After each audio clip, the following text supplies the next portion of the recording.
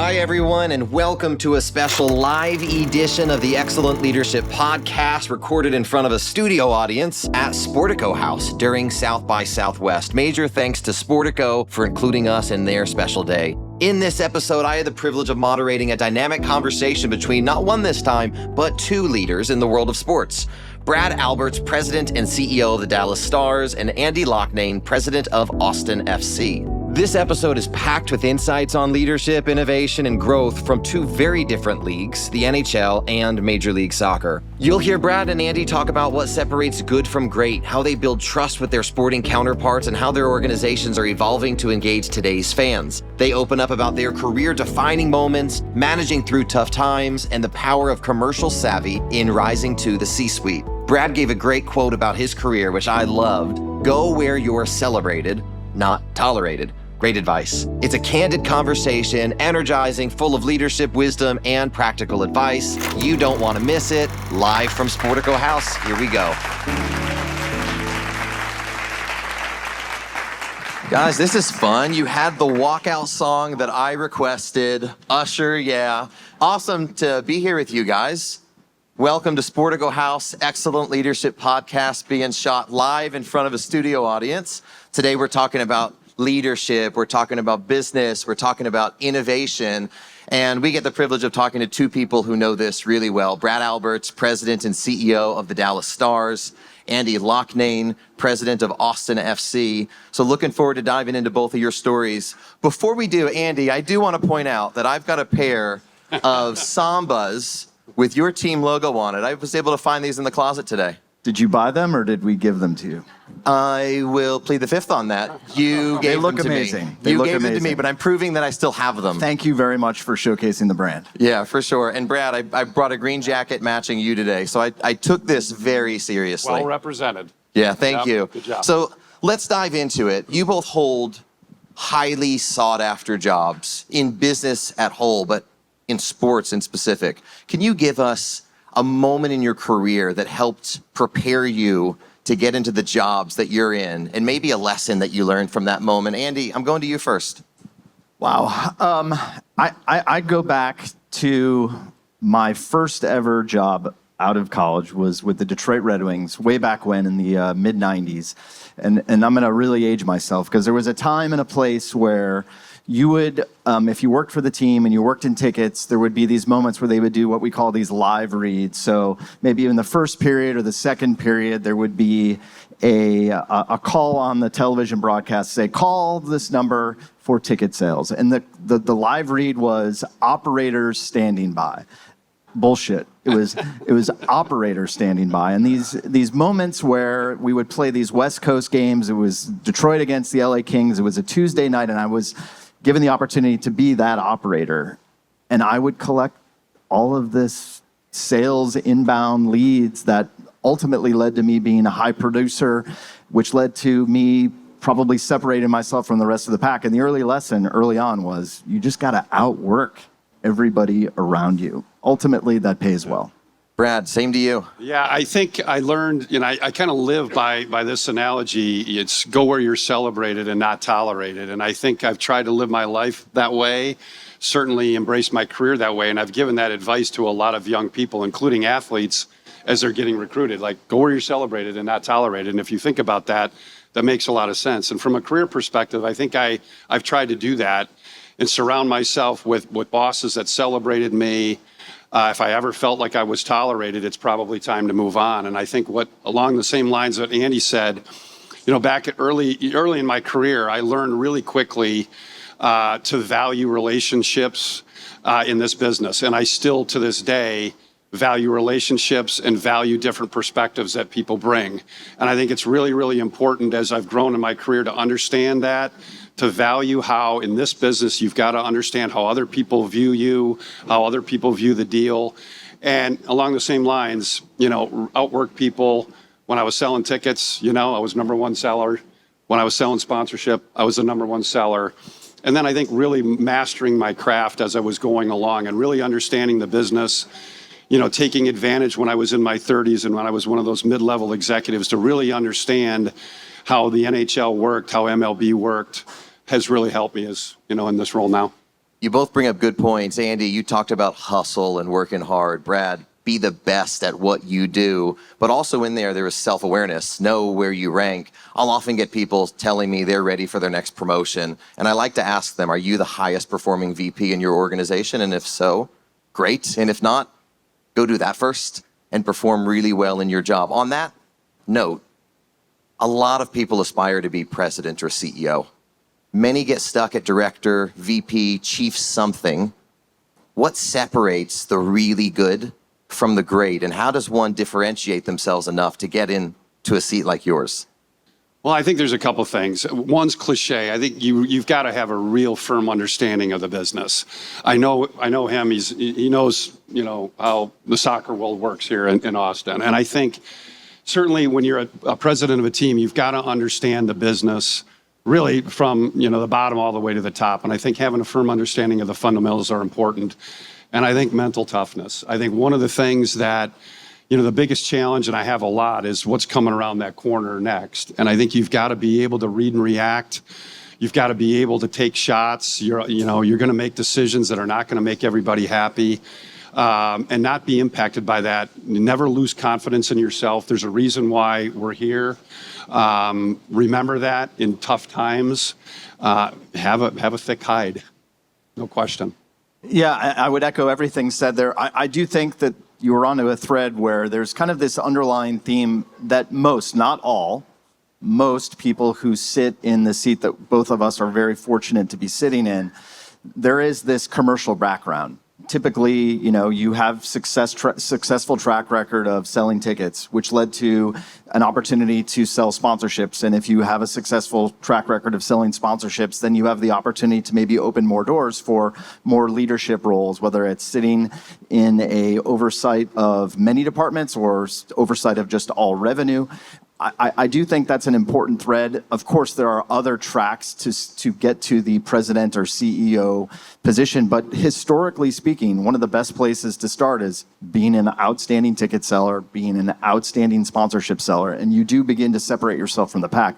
The reality is that we do work for owners who value the commercial side of the business. Yes, there are other things. You have to be outstanding at driving culture. You have to be politically savvy. You have to understand HR. You have to understand legal intricacies. You do have to have a command, as Brad said, of the business as a whole. And by the way, that goes for any business. It's not just the sports business. In our particular business, the commercial savviness is something that typically can separate you from the rest of the pack.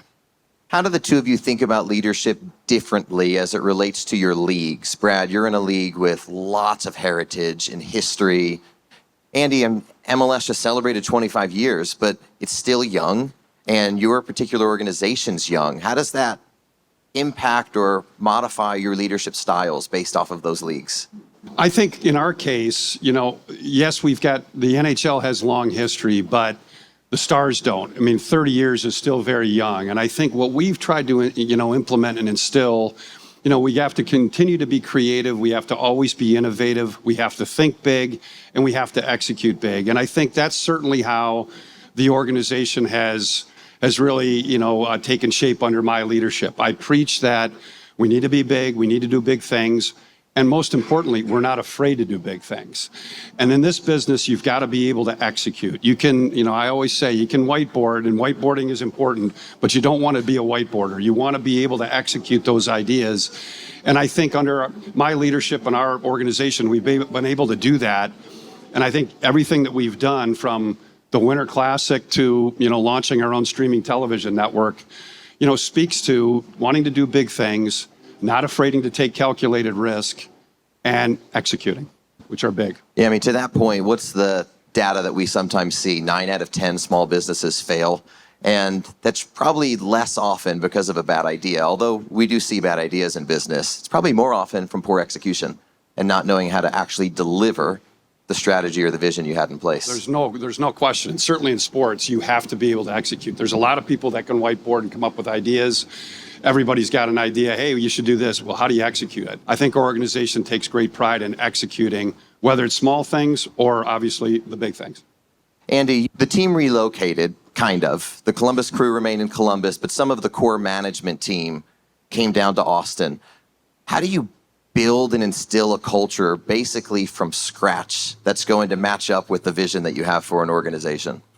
Well, one of the things is, we were able to bring, as you mentioned, and I don't want to relive that story, it's many years ago, but we were able to bring several leaders who are with us today that allowed us to build what I would classify as a very commercially strong organization. With that said, here we are, roughly 5 seasons into our career or into our existence, and I'd like to think that some of those early leaders who were able to join Anthony and I here in Austin have made a massive difference. And so this gets at one of the traits of leadership is being able to select your team captains that come along with you. It's none of us would be here if we didn't have great people underneath us. I'm very fortunate to have many great people underneath me, and we've got a long track record as a management team together. I mean, yes, technically speaking, I've been working for Anthony Precourt since 2014, and many of the people who are part of our leadership group date back to that era. So even though Austin FC is 5 years old, I have a lot of people who I've been working with for 10 plus years.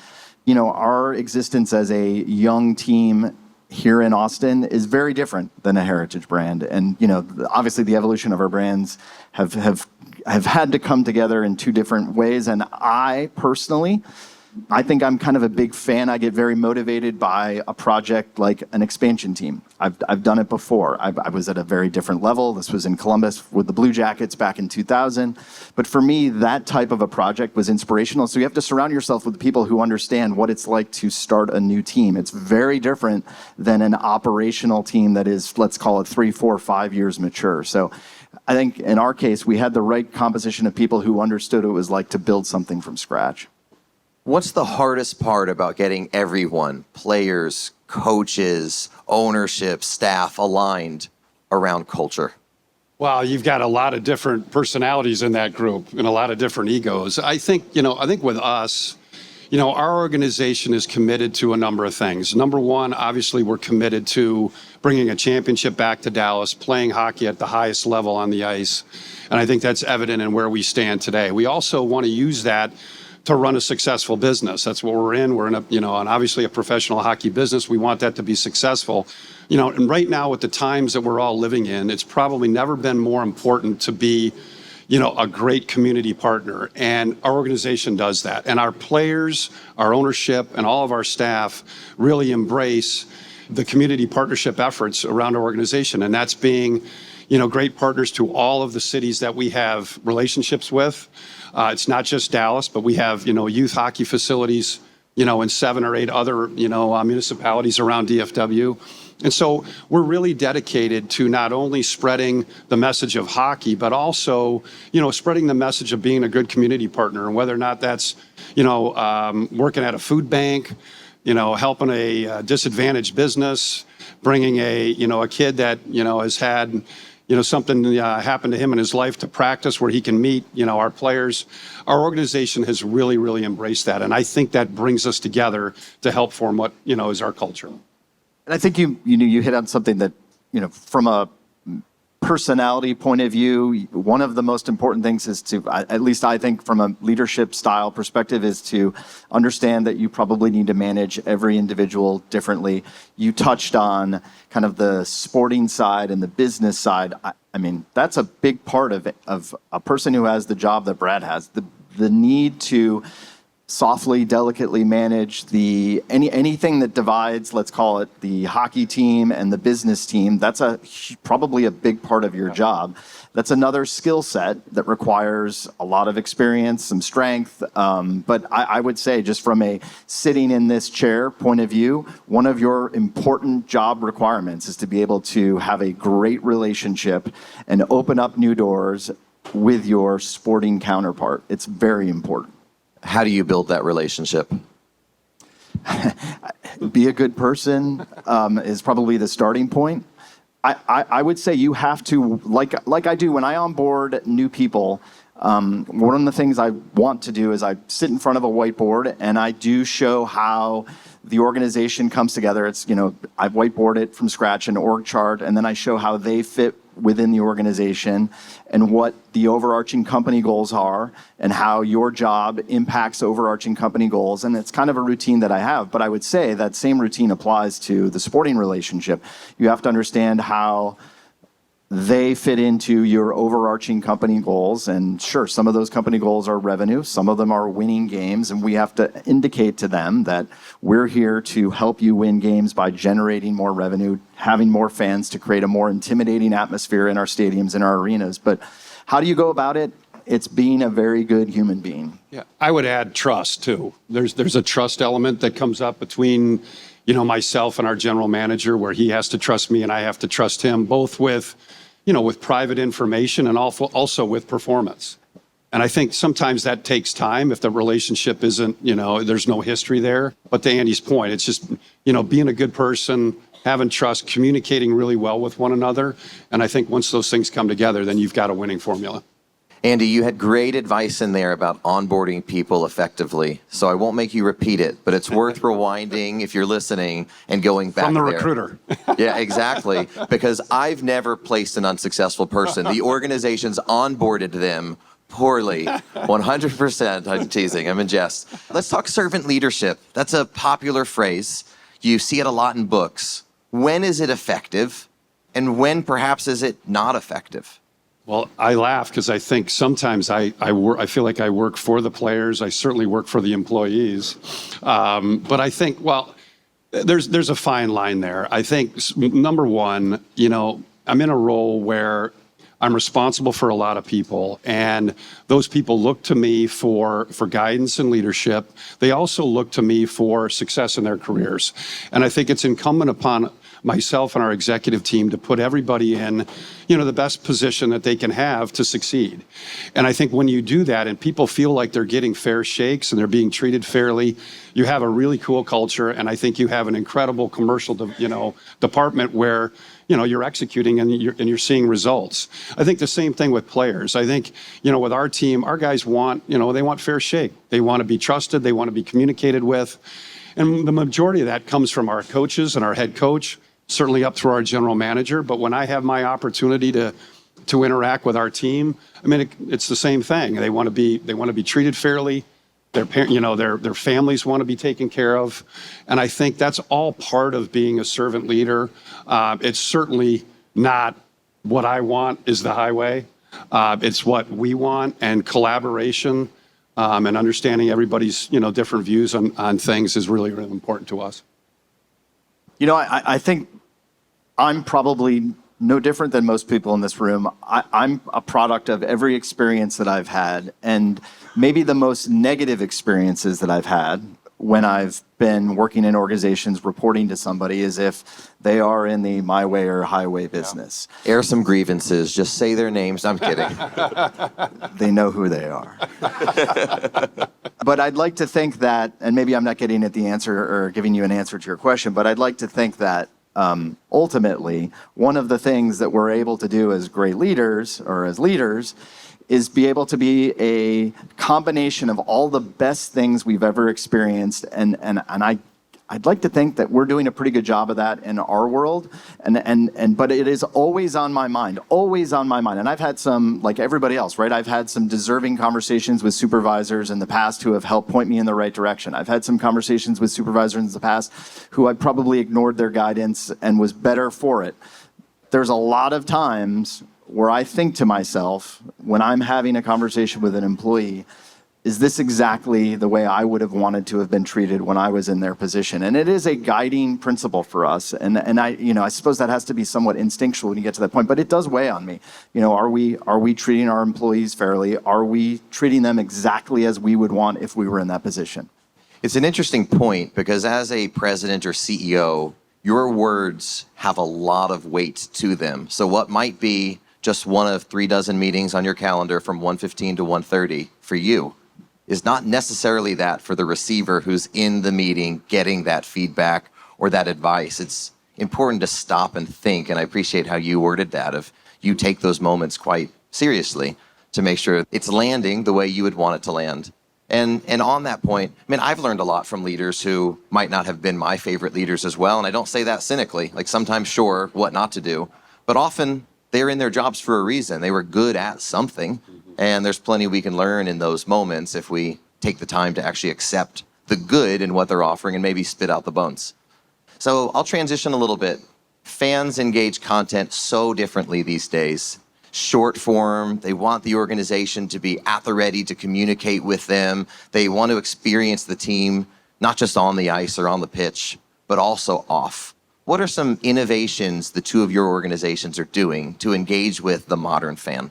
Well, I think in our case, what we did with Victory Plus and launching our own streaming TV model is first and foremost on that list. And I think that's opening up the opportunity for our fans of all ages to, digest our content 24 hours a day at any point, on any device. And I think it's important. I've got an 18-year-old daughter who, loves the NHL, has grown up with it.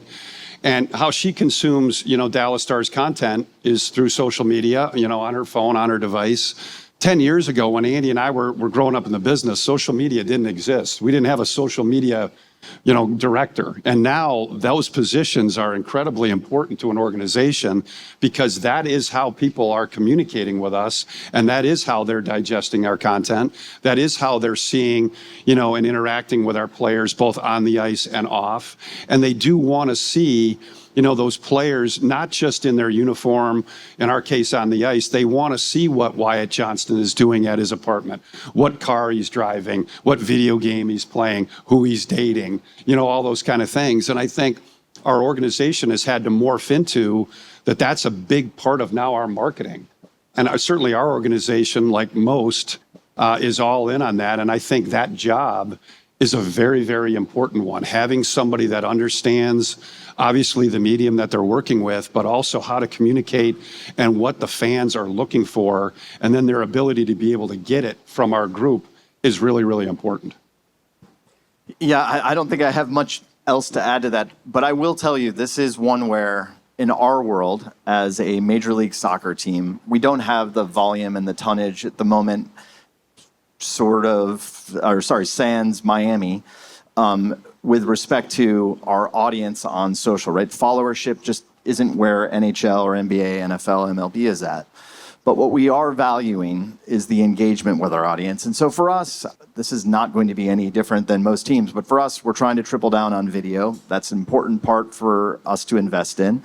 And I think as a team that hasn't necessarily had the chance to win games, we have to be, right? We're in our fifth season. We have never won a championship. We can't rest on heritage. We can't rest on banners in the rafters. We have to do something a little bit different. For us, we are tripling down on video content and on content of what makes Austin a great city, and we try to ingrain ourselves into Austin culture. This is a very deliberate initiative on social, and we think ultimately long-term a successful strategy. Quick interruption. If you are enjoying the Excellent Leadership Podcast, I have a small favor to ask you. Could you please take a moment to like, subscribe, and leave a 5-star review? It helps us grow the Excellent Leadership Podcast community and ensures we keep bringing you top-tier guests, powerful insights, and impactful episodes. Thanks for your support. Now, back to the show. Brad, you were talking about an athlete's brand and just how it's easy to reach them and engage directly with them these days. How much is that considered, if at all, when a GM is thinking about trading a player?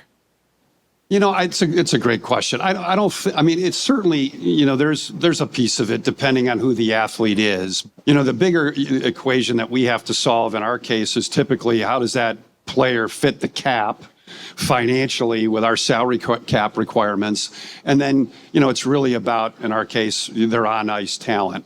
When you're talking about, one of the mega stars, in our case, a Connor McDavid or a Nathan McKinnon, or, now with Mikko Rantanen, coming to our team. That their marketing, their brand, their connectivity to our city certainly, plays a role. I think obviously in the last month, the Luka Doncic trade has, created a lot of talk, certainly in Dallas, about should you have done that, should you have not. And I think Luka was one of those, athletes that really, really connected with the DFW market, and maybe the Mavs underestimated his impact on, on the fan base. But I think for the most part, GMs, certainly in our case, are worried about, does it fit the cap financially, and then his on-ice capabilities first and foremost. I would just say on this line, just trying to connect to the overall theme, one of the important aspects of the role that we have is absolutely servicing the financial needs of a player transaction. And it's important. And getting back to that relationship you have with your general manager, your sporting director, one of the most important skill sets in this role is your availability. These things are happening at midnight. These things are happening at 3 a.m. In our case, a lot of transactions are happening in different continents, and it's a 24/7 business. And where I'm going with this is not necessarily for everybody. The ability to, and I know it's not a badge of honor. I'm not presenting it as such, but the reality is that you have to be on 24 hours a day, and based on everything that's going on with your life and your family and your children, there are moments where you're potentially going to be forced to make a difficult decision. I'm not going to put anybody on the spot on which decision you would make. I would just say that being available is a fairly important part of this job, especially when it comes, in your case, right, trade deadline or any time of the year where you're conducting an important transaction related to a player. It's a really honest feedback, though, right there. Because it's true, it's the common theme for CEOs and presidents and GMs of any business or industry, is that it is a lifestyle decision. And I think there's a lot of people who believe they aspire toward the role, but they don't really know what they're signing up for. And owners expect it, right? There will be someone who's willing to work those hours and to communicate at that level of frequency, that they can find someone who's willing to do that job. And just to know that as you're considering climbing into the C-suite is important to consider. We were talking about fans. I'm going to stay on the topic of fans for a moment. When it comes to partnerships, fans are quick to call out inauthentic partnership deals these days. They want to understand the connectivity. How do you structure partnership deals in a way that feels authentic and genuine to your consumers and to the sponsor themselves?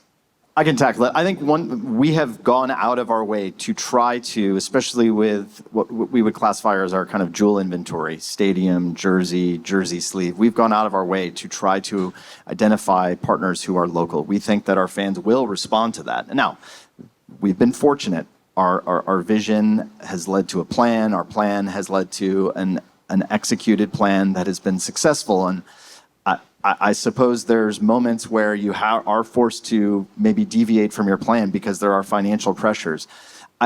I will say it is on our mind. We want to develop relationships with local brands that are authentically Austin, but we also have financial pressures, and I'm sure a fan base would understand this, that if, for example, you needed to bring in a new apparel partner and they weren't based in Dallas, you'd probably be able to have a good conversation with your fan base that, we might want to bring in this partner because they make great products and they'll be able to help us achieve the next level which you want us to get in. And I think that's important. And we do, by the way, we do have those dialogues. We have open dialogues with our supporter group leaders. That's one of the special parts of our sport, is that there's an expectation on both sides that we're in constant dialogue with our supporters. So I do think it has to be on your mind. Certainly in our sport, it's important. Yeah, I would add a couple things. One, fan sentiment and fan support for everything is always at the top of our, mind when we're making decisions. And that would, be if you're bringing on a sponsor that would be controversial, we would certainly ask, how's the public and how's, our fan sentiment going to be. The second thing is just to talk about really the sophistication and changing nature of sponsorship and the commercialization of our businesses. When I started, selling sponsorship in the late 90s, early 2000s, 20 plus years ago, and comparing to where sponsorship was then and where it is now is unbelievable. How sophisticated that part of our business has become. And I think it's where it's really incumbent upon the team and the partner, because each individual partner has different goals and objectives that they're trying to achieve with your respective property. And I think it's really, really incumbent upon the team sponsorship groups to work with those individual companies to meet those objectives, understand what they're trying to do, as well as fit what they're trying to do in with your team culture and your team environment. And when you see that all come together is when you see really, really successful sponsorships. You know, when I first started, it was about buying 30-second spots on TV and about signs. And so now that sophistication has really, really changed. But I think it goes back to the relationship business, understanding the perspective of those sponsors, and really working together and to communicate with each other. Sports never stands still. Your organizations are constantly changing. What's next for Austin FC that I should get excited about? Championships, let's hope. I think we live in the city of Austin. We're a tech-forward city. We view ourselves as being a tech-forward club. We want to be able to introduce new technology into our stadium. That's going to be a tenet of our business, hopefully, and we have amazing ownership who are supportive of investments to allow for that to happen. What's next for us is, for those of you who are from Central Texas, we get to host MLS All-Star Game here in July of 2025. It's the city's first ever Major League All-Star Game. It's a big deal for those of us at the club. We hope it's a big deal for the city to be able to embrace this. Thank you, Drew. This is really, for us, a big next step in terms of us introducing Austin and our sport to the rest of the world. Brad, you get that same question. What's next for the Dallas Stars that I should get excited about? Yeah, as I was telling you, earlier, one of my big concerns with our business is making sure that we're able to continue to drive the top line revenue necessary to continue to meet, the expenses. We love to spend money in this industry and in this business. So the challenge is being able to create revenue to help, offset that and pay for that. I think for us, and I'm a huge believer now in organizations like ours need 365-day-a-year revenue, which means we need to get into the real estate business. We need to be making money when we're not having games. We cannot just depend on when fans are walking through inside to the arena where we start to make money. We need to be able to create, in our case, like a theme park. I look at what Disney's created, and we need, I call it Stars Land. My vision for the future of the Stars would be an arena, encased in or encompassed inside, a mixed-use real estate development that has a Hall of Fame, restaurants, a hotel, an office tower, our brand immersed in that, sponsors are all immersed in that, and we're making money 365 days a year. I think that's the future of the business. With television not being what it used to be, we're not going to be able to depend on our local television deals to create, that big revenue that we needed, that a lot of us were used to over the last 20 years. I think real estate's going to be a big part of our future. We've got to talk about fan experience and partnerships and growth. Let's talk about the other side of being a leader. You can't be a leader without battle wounds and scars and some mistakes along the way. How do you keep your head and your mental resilience during really stressful, tough times? And any specific examples you can give to that, I'd love. You want that first? I don't, but I feel like I went to my microphone faster. So one thing that most of my staff, if not all of my staff, know I'm big on is bad news is best delivered quickly and directly. And I think what you're talking about, sometimes when your challenges, you're faced with bad news. A sponsorship deal, for whatever reason, didn't end up getting secured. You thought it may, as an example. I ultimately think it's very cathartic, both as a human and as a leader, to have that conversation with my boss, the owner of the team, about things that haven't gone well. I also find it's important that he needs to know that information real time. So I don't know if I'm answering the question quite the way you expected it, but to me, this is a big part of being a successful leader and manager of people, is that they know that when they tell you something important, it's likely going to make its way into the owner's ears very quickly. And to me, that's another thing, by the way, of being able to create a successful organization, is having your owner be accessible to your staff. That's usually one of the most successful ingredients within our organization, or within any organization of our size. But I think, for me, bad news does happen from time to time. I think it's very important that you share that with your boss, and their boss shares it with their boss immediately. It's very cathartic, important to moving forward. And I'll add to that with a couple things. I think, it goes back to what I said earlier. I think we all have to have an element of mental toughness to be able to get through these times. I think we also need, and certainly COVID, I was never a patient person. COVID taught me as a leader, we have to be patient. Because trying to force during that time anything was just, you were going to run into a roadblock. And so we just have to be patient. You had to understand other people's perspectives. It wasn't going to make sense to get mad at the government or at the doctors or any of those kind of things. And then you just have to plot through, okay, all right, we've been dealt this. How are we going to get through it? To Andy's point, communicate it, bring it out in the open, don't hide it, and then deal with it, and then try to work the problem.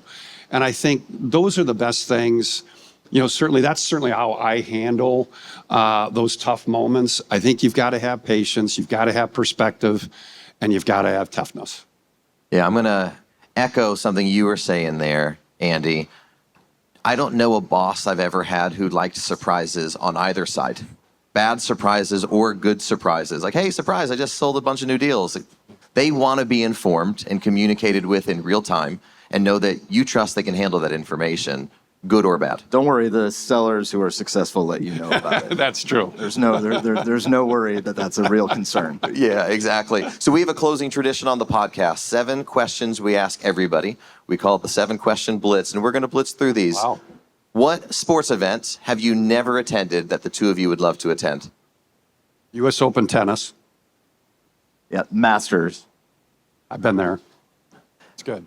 We normally ask, what 3 people living or historic would you love to go golfing with? I'm going to have both of you choose the other ones. Now you only have 2 people to name. Who's one person, Andy, you would love to go golfing with? And Brad, who's one? I would love to go golfing with Tiger Woods. I would like to golf with Jack Nicklaus. That's going to be a competitive golf. Yeah. Can the two of you keep up? No. I've seen Tiger hit on the range, so I'll count it that I've seen him hit. I've never seen Jack hit the ball.